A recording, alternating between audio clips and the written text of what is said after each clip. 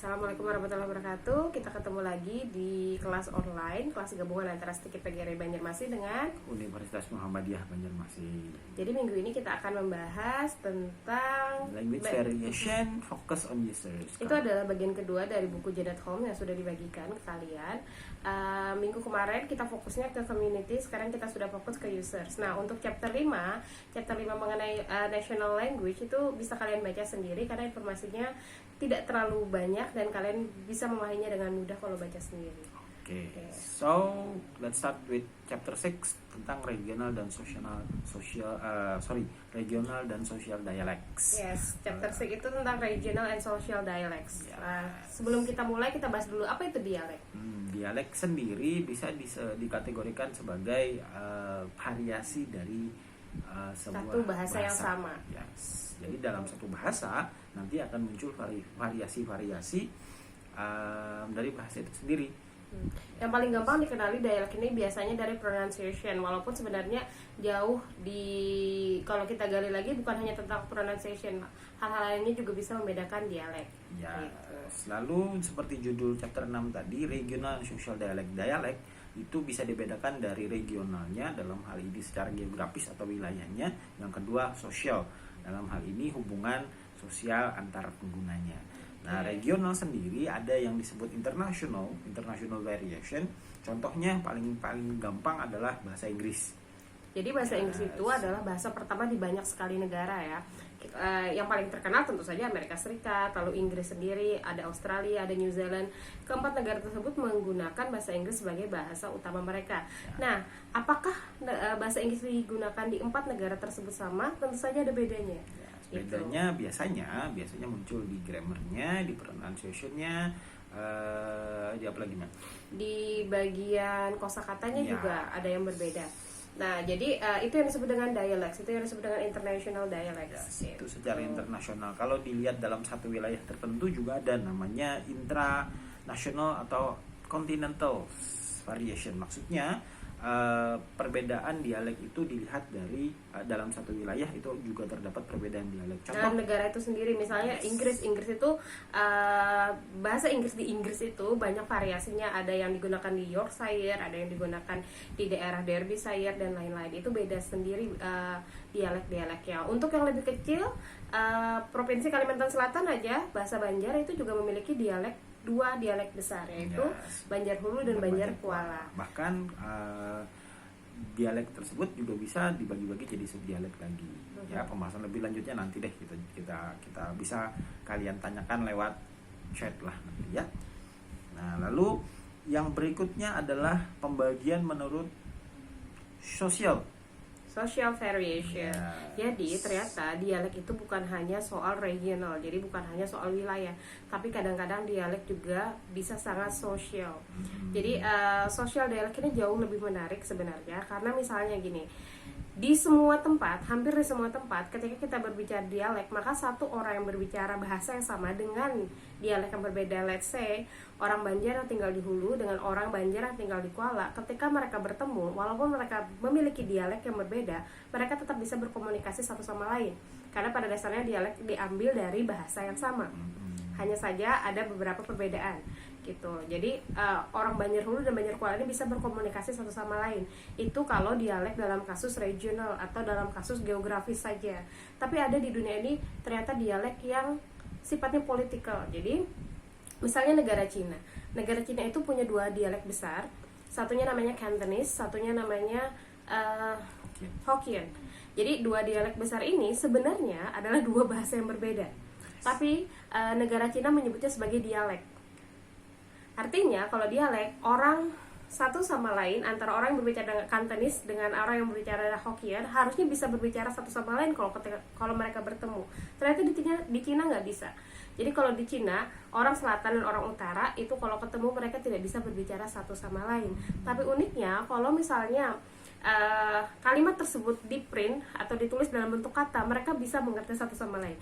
Jadi secara tertulis artinya bisa dipahami, tapi kalau secara spoken, cara mengucapnya sangat berbeda dan mereka tidak bisa memahami satu sama lain. Kesimpulannya bahwa dalam bahasa Cina sendiri satu aksara, jadi bukan huruf ya, tapi satu aksara dibaca oleh penutur Hokkien dan penutur Cantonese, itu pronunciation-nya akan beda dan akan memunculkan makna yang berbeda. Maknanya sama, tapi cara mengucapnya berbeda antara pronunciation-nya orang beda. selatan dengan orang utara. Tapi orang pemerintah Cina kekeh bilang itu adalah dialek. Kita lihatnya itu adalah beda bahasa, tapi mereka bilang itu beda dialek. Nah, ini adalah contoh dialek yang sangat politikal gitu. Ya. Sama seperti kasus di Eropa juga. Di Eropa itu kan ada negara-negaranya berbatasan dengan sangat dekat. Jadi orang Italia yang dekat dengan Prancis, mereka menyebut bahasa mereka bahasa Itali, padahal pengaruh Prancisnya begitu kuat gitu. Orang Prancis yang ada di perbatasan negara lain juga seperti itu. Jadi mereka menyebut itu sebagai dialek, padahal itu adalah dua bahasa yang berbeda. Nah, balik lagi ke pembahasan awal tadi soal social variation. Dalam hal ini sebenarnya perbedaan variasinya bisa muncul di perbedaan strata sosial si penuturnya. Contoh misalnya nih, saat bangsawan Inggris bicara, nggak usah jauh-jauh, Ratu Inggris berbicara dengan commonernya Inggris bicara, kamu akan menemukan perbedaan. Bisa di pronunciation-nya tadi, bisa di vocabulary-nya tadi. Nah, itu juga dianggap sebagai social variation, social variation atau social dialects. Jadi yes. fungsi bahasa adalah menunjukkan identitas. Identitas itu termasuk status sosial kita. Dengan bahasa kita mencoba untuk menunjukkan identitas kita. Begitu juga dengan orang-orang kaya di Inggris sana. Mereka ingin terlihat kaya, terlihat terpelajar dengan dengan mampu bahasa yang namanya PR. PR adalah singkatan dari RP. RP adalah singkatan dari Real Post. Artinya mereka mencoba untuk berbahasa seperti Ratu Inggris gitu. Itu untuk menunjukkan status sosial mereka yang tinggi gitu. Jadi itu adalah contoh dari social variation yang sangat nyata di sana. Di Amerika juga gitu. Di Amerika Serikat itu semakin dipercaya, semakin lesap R-nya, itu semakin tinggi kastanya gitu. Maksudnya mereka berasal dari orang-orang yang lebih elit kalau mereka tidak bisa mengucapkan pronunciation R dengan jelas. Oke. Contoh yang lebih dekat di Indonesia sendiri ada bahasa yang paling banyak dipakai, bahasa apa? Bahasa Jawa ya. Bahasa Jawa sendiri ada pembagiannya tuh. Yang pertama, bahasa yang biasa dipakai di pergaulan, ngoko ya. Nah, ngoko itu banyak dipakai di pergaulan oleh anak muda biasanya, atau orang yang stratanya seimbang sama. Tapi gitu, saat seseorang dengan gelar bangsawan dan ngomong dengan orang yang punya gelar bangsawan, maka dia akan menggunakan bahasa Jawa yang halus, bahasa Jawa tertinggi gitu. Atau bahasa Jawa kromo. Lebih lagi misalnya saat ada warga ngomong dengan Sri Sultan misalnya, dia akan pakai kromo tinggi, lebih tinggi daripada kromo itu tadi. Jadi di bahasa Jawa sosial dialeknya ada 5 tingkat. Begitu. Dan tidak semua orang bisa menguasai kelima tingkat tersebut. Itu tergantung dari strata sosial seorang tersebut. Biasanya mereka yang ada di atas wajib sekali memiliki kemampuan untuk berbicara lebih banyak jenis dialek di suatu tempat. Misalnya kayak di Jawa tadi, kalau mereka berasal dari keluarga kerajaan, most likely mereka bisa menggunakan bahasa dengan tingkat yang paling tinggi, yang hampir susah ditemukan untuk commoners ya. Iya, seperti itu. Itu aja kayaknya pembahasan yang berhubungan dengan dialek, mau itu regional ataupun social dialek. Jika ada pertanyaan lebih lanjut, kalian bisa tanyakan melalui chat ya. Sebelum berakhir, ada conclusion-nya? The conclusion is, jadi yang namanya dialek, pertama itu tidak hanya soal pronunciation. Seperti bahasa Inggris, itu juga bahasa Inggris yang secara internasional, perbedaan dialeknya bahkan terlihat secara gramatikal. Misalnya ketika orang Inggris British, mereka nanya sudah makan belum, dia bilangnya have you eaten. Tapi kalau orang Amerika nanya sudah makan belum, did you eat. Mereka bilang seperti itu. Jadi itu grammar juga bisa berbeda. Tapi umumnya kalau orang beda dialek, mereka akan bisa berbicara satu sama lain dengan mudah. Hanya mungkin perlu sedikit konsentrasi lebih, tapi bisa dipahami satu sama lain. Seperti kita berbahasa Melayu, kita ketemu dengan orang Malaysia, dengan orang Singapura, orang Brunei, kita bisa mengerti satu sama lain.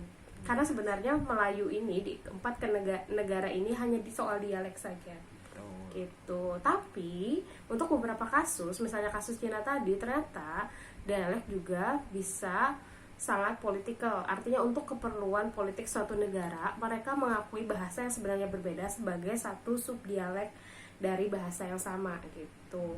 Mereka mengakui Hokkien dan apa satunya Cantonese sebagai cabang dari bahasa Mandarin, padahal ketiga bahasa itu adalah tiga bahasa yang berbeda.